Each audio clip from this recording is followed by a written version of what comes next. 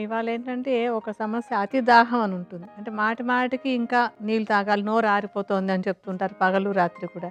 ఈ అతి దాహం సమస్యను తగ్గించుకోవడానికి ఒక మంచి పత్యాహారం తయారు చేద్దాం. తప్పకుండా ఈ సమ్మర్‌లో కూడా బాగా సమ్మర్‌లో ఉపయోగపడుతుంది. ఎందుకంటే ఈ అతి దాహం అనేది ఎండాకాలంలో ఈ వేడి వల్ల ఉంటుంది. అదే కాకుండా మధుమేహంతో బాధపడేటువంటి వాళ్ళకంటే డయాబెటిస్‌లో కూడా బాగా ఎక్కువ దాహం అనిపిస్తుంటుంది. ఎందుకంటే యూరిన్ వెళ్ళిపోతూ ఉండడం వల్ల వాళ్ళకి మళ్ళీ మళ్ళీ అవసరం వస్తూ ఉంటుంది. అలాగే ఇంకా కొన్ని కొన్ని ప్రాబ్లమ్స్‌లో కూడా అంటే ఇంకొకటి ఉంటుంది. అంటే మధుమేహంలో ఇంకొక రకం అంటే ఇందులో మధుమేహంలో షుగర్ బయటకెళ్ళిపోతూ ఉంటుంది కదా! అలా కాకుండా కేవలం యూరిన్ మాత్రమే ఎక్కువగా అతిమూత్రం మాత్రమే ఉండేటువంటిది డయాబెటిస్ ఇన్సిపిడస్ అని ఇంకోటి ఉంటుంది.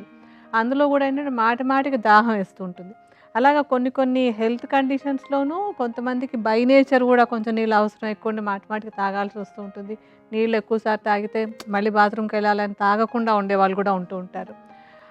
అలాగే ఎండాకాలంలో ఎక్కువ దాహంగా ఉండడం ఇలా రకరకాల కారణాల వల్ల ఎక్కువ దాహం ఉండేటువంటి వాళ్ళకి ఒక మంచి పత్యాహారం అనమాట. ఈ పత్యాహారం ఏంటంటే ఇది తీసుకున్నట్టయితే కనుక మళ్ళీ మాటి మాటికి నీళ్ళు తాగాల్సినటువంటి అవసరం తక్కువగా ఉంటుంది.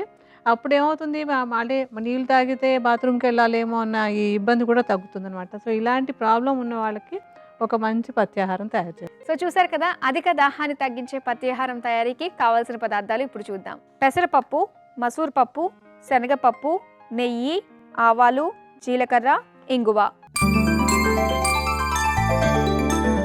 కావాల్సిన పదార్థాలు చూసారు కదా. మరి అతి దాహాన్ని తగ్గించే పత్యాహారం ఏ విధంగా తయారు చేసుకోవాలో డాక్టర్ గారిని అడిగి తెలుసుకుందాం. డాక్టర్ గారు, మరి ఏ విధంగా చేసుకోవాలంటారు? దాహం తగ్గడానికి ఎప్పుడు కూడా పల్చగా ద్రవంలా ఉండేటువంటి పదార్థాలే తయారు చేసుకోవాలి. దీన్ని మేము అంటే ఆయుర్వేదంలో చెప్పేటప్పుడు యూష అంటాం. మోడర్న్‌గా మీలాంటి వాళ్ళకి అర్థం అవ్వాలంటే సూప్ అని చెప్పుకోవచ్చు దీన్ని. యూష అంటారనమాట. యూష అనేటువంటిది రకరకాల పప్పులతోటి తయారయ్యేటువంటి ఒక సూప్ లాంటిదనమాట.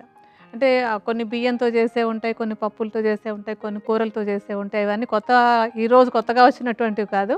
మనకి ఆయుర్వేదంలో రకరకాల ఆహార పదార్థాల తయారీ విధానం అంతా కూడా ఉంటుందనమాట. అసలు అందులోనే నేను చెప్తూ ఉంటా కదా! మన వంటలన్నీ కూడా అక్కడి నుంచి వచ్చినవే అని వచ్చాయని. చెప్పని. అవును. అందులో పప్పులతోటి తయారయ్యేటువంటి దాన్ని యూష అంటారు. ఈ యూషతోటి మనం ఈ అధిక దాహం అనేటువంటి సమస్యను తగ్గించుకోవడానికి యూష ఒకటి తయారు చేద్దాం. తినడానికి తాగడానికి కూడా చాలా టేస్టీగా ఉంటుంది. అండ్ సమస్య పరిష్కారానికి కూడా బాగా ఉపయోగపడుతుంది అది. సో, దీనికేంటంటే మనం ఇప్పుడు సూప్ తయారు చేసుకోవాలంటే ముందు మరి బాండీ పెట్టుకోవాలి కదా! పెట్టుకుందాం.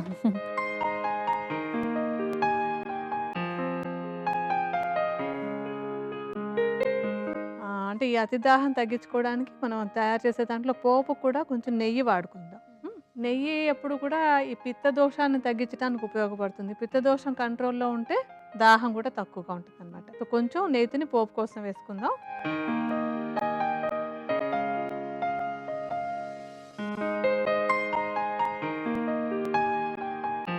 నెయ్యి వెచ్చబడింది కదా! మనం ఇందులో పోపు వేసుకుందాం.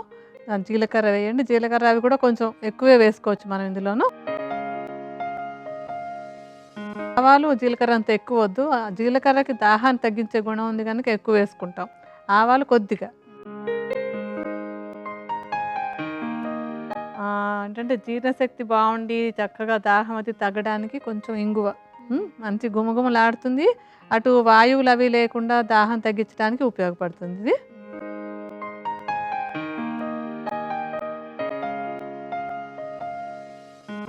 నేతి పోపు కదా! మంచి వాసన కూడా వాసన వస్తుంది. చక్కగా వస్తుంది. ఇంగువ, నెయ్యి అన్నీ కలిపి గుమగుమలాడుతూ ఉంటుంది అవును. అది.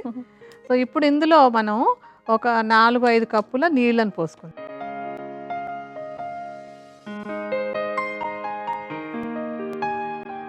నీళ్ళు బాగా మరుగుతున్నాయి కదా! ఇప్పుడు మనం ఇందులో వేయాల్సినటువంటి పదార్థాలు ఒక్కొక్కటే వేద్దాము.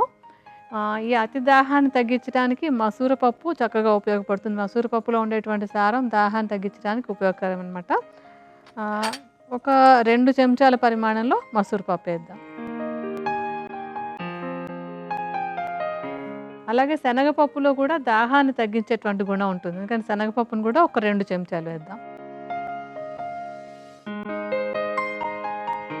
ఈ పెసరపప్పు కూడా తేలికగా అరుగుతుంది. అది కూడా దాహాన్ని తగ్గించడానికి ఉపయోగపడుతుంది. ఈ పప్పులన్నింట్లో కూడా కొంచెం ప్రోటీన్ కంటెంట్ కానివ్వండి, దానిలో ఉండేటువంటి కొన్ని కొన్ని పదార్థాలు దాహాన్ని తగ్గించడానికి ఉపయోగపడేటువంటివి ఉంటాయి. అంటే ఒక మన శరీరంలో ఉండాల్సినటువంటి నీటి శాతాన్ని మెయింటైన్ చేస్తాయన్నమాట. అప్పుడు నీరు తగ్గిపోతే దాహం వేస్తుంది. నీరు ఎక్కువ తగ్గిపోకుండా ఉంటుంది కనుక వీటి నుంచి దాహం తగ్గించేటువంటి గుణం ఉంటుంది. పెసరపప్పు కూడా 2 చెంచాలు కలుపుకుందాం. ఇప్పుడేంటంటే ఈ పప్పులన్నీ ఉడికేంత వరకు కొంచెం సన్నటి మంట మీద ఉడికించుకోవాలి.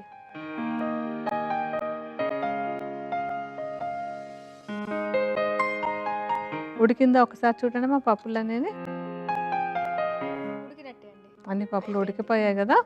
సో, మనం ఏంటంటే సూప్ లాగా అని చెప్పాను గదా! మీకు అర్థమయ్యే భాషలో సూపు, ఆయుర్వేదంలో యూషా ఇది. సో, యూషా రెడీ అయినట్టే. మనం దీనిలో ఏంటంటే చివర్లో కొద్దిగా టేస్ట్‌కి ఉప్పు ఒకటి యాడ్.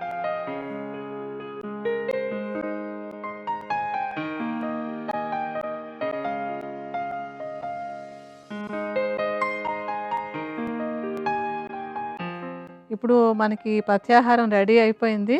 ఇదేంటంటే మంచి నేతితో పోపు వేసాం. జీలకర్ర, ఇంగు అన్నీ గూడా ఉన్నాయి. మంచి పప్పులన్నీ గూడా.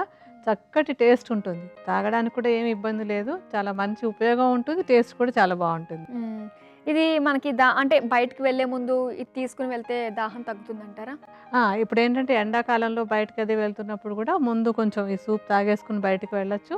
అలాగే ఇతర సమస్యల్లో ఎవరికైనా అతి దాహం అనేది చాలామంది పేషెంట్స్ చెప్తూ ఉంటారు. రకరకాల ఇబ్బందుల్లో అతి దాహం, అధికంగా దాహం ఉంది.